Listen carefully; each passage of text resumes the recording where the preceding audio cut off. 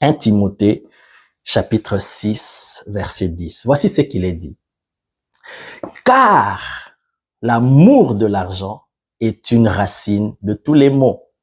Et quelques-uns, en étant possédés, se sont égarés loin de la foi et se sont jetés eux-mêmes dans bien des tourments. Ah, c'est un verset que nous connaissons. 1 Timothée chapitre 6, verset 10. Je viens de le lire. Et pourtant, c'est clairement écrit. Mais la mauvaise interprétation ou la mauvaise présentation de ce verset, voici ce qu'il est dit. Car l'argent est une racine de tous les maux. Et certains se sont basés sur ça pour dire que l'argent est mauvais, l'argent c'est un démon, l'argent pour les enfants de Dieu c'est mauvais, l'argent, alors que dans Ecclésiaste il est dit que l'argent répond à tout. Bien-aimés, nous avons besoin d'argent. Ici, l'apôtre Paul ne parle pas de l'argent qui est la racine de tous les maux. Il dit l'amour de l'argent, c'est ça qui est la racine de tous les maux. L'amour de l'argent, la soif d'argent, de s'enrichir à tout prix. C'est ça qui est la racine de tous les maux. C'est ça qui peut t'induire dans beaucoup d'erreurs et à tomber dans des pièges. C'est l'amour de l'argent qui est la racine de tous les maux et non pas l'argent en lui-même. L'argent en lui-même n'est pas mauvais. Dans la Bible, dans Ecclésiaste, il est dit que l'argent répond à tout, bien-aimé. Si l'argent était une mauvaise chose, alors Dieu ne donnerait pas l'argent à ses enfants. On peut même commencer déjà par Abraham. Celui par qui Dieu a commencé l'alliance, qui a engendré le peuple d'Israël et qui a engendré aussi les nations. Parce que par Jésus, nous sommes greffés à cette alliance avec Abraham. La Bible dit qu'Abraham était très riche. Il était on précise, il était très riche en or, en troupeaux, en argent. On parle d'Isaac. Ouah, ça, c'est une phrase même qui me scandalise. En parlant d'Isaac, la Bible dit, cet homme devint riche. Virgule. Il alla s'enrichissant de plus en plus, virgule, jusqu'à ce qu'il devint fort riche. Écoute cette phrase, my God. Je répète, la Bible dit, Isaac, cet homme, il devint riche. Dieu, il dit ça va pas s'arrêter là. Ah, Isaac, je vais te bénir. La Bible rajoute, il alla s'enrichissant de plus en plus jusqu'à devenir fort riche. Si la richesse, si l'argent était une mauvaise chose, Dieu n'allait pas donner ça à ses enfants. On termine par Jacob, la signature de Dieu, le Dieu d'Abraham, d'Isaac et de Jacob, le fondement de l'alliance. On parle aussi de Jacob qui était devenu très riche. Alors si la richesse, si l'argent était mauvais, Dieu n'allait pas leur donner. On parle de Job, un homme qui était très riche.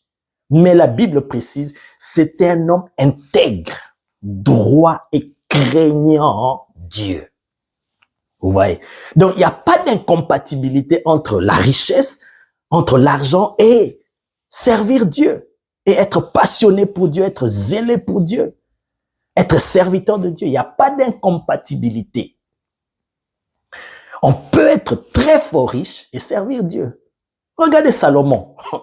Dieu lui a donné une richesse insolente. Une richesse insolente. Dieu lui a donné cela. Lorsque Dieu lui est apparu en songe, il lui dit, demande-moi ce que tu veux, je te donnerai. Salomon a demandé à Dieu la sagesse et l'intelligence. Mais Dieu lui dit, tu as demandé la sagesse et l'intelligence, je te donne. Mais je te donne même ce que tu n'as pas demandé. Je te rajoute la richesse. Tu seras très riche. Alors si c'était mauvais, pourquoi Dieu va donner une mauvaise chose à ses enfants? Non. Donc la richesse en soi, l'argent en soi n'est pas mauvais. C'est plutôt l'usage qu'on en fait. C'est plutôt l'intention, le but pour lequel on recherche la richesse, qui peut être mauvais. C'est ça ce qu'on dit, l'amour de l'argent est une racine de tous les maux.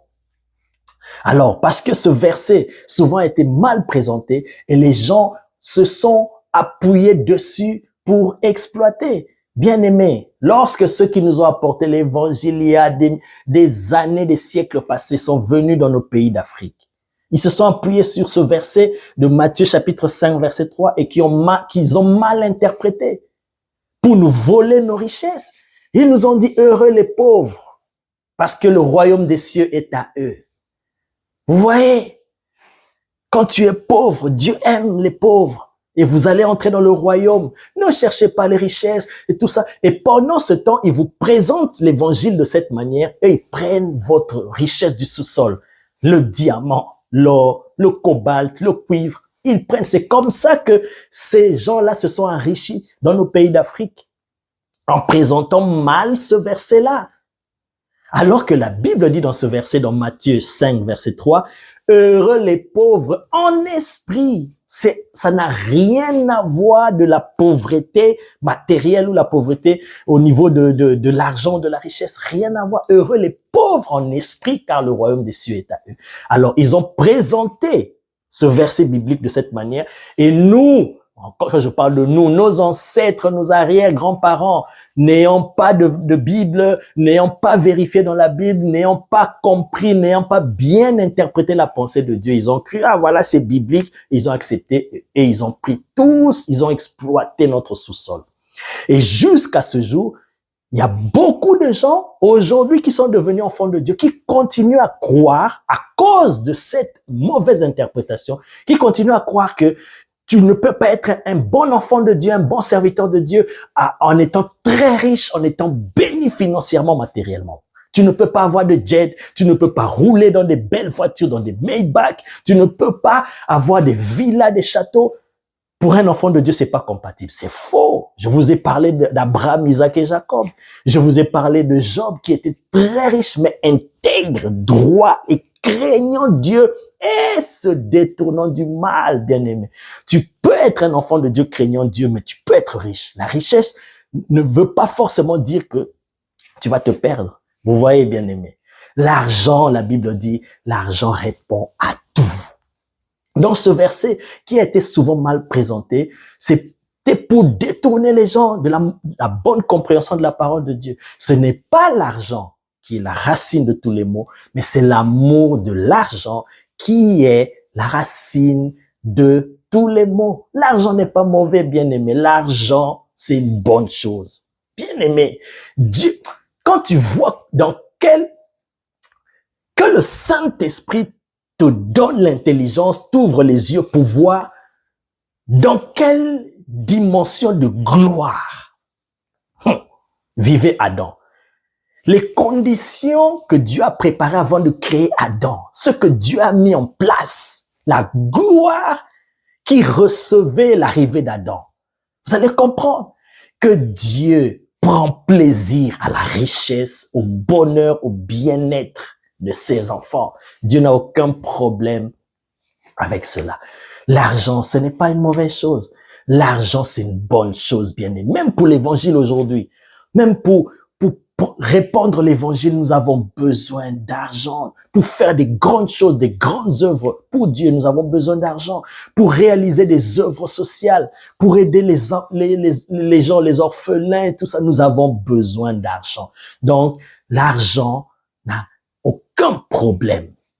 C'est plutôt l'amour de l'argent, la soif de s'enrichir à tout prix, de vouloir juste avoir de l'argent pour le plaisir et non pas pour aider les autres et non pas pour faire avancer les intérêts de Dieu. L'argent, c'est une bonne chose.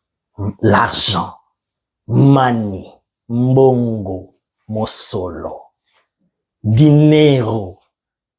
Dit sans talent, en ivoirien, on dit l'argent. Oh my God, Jesus, thank you.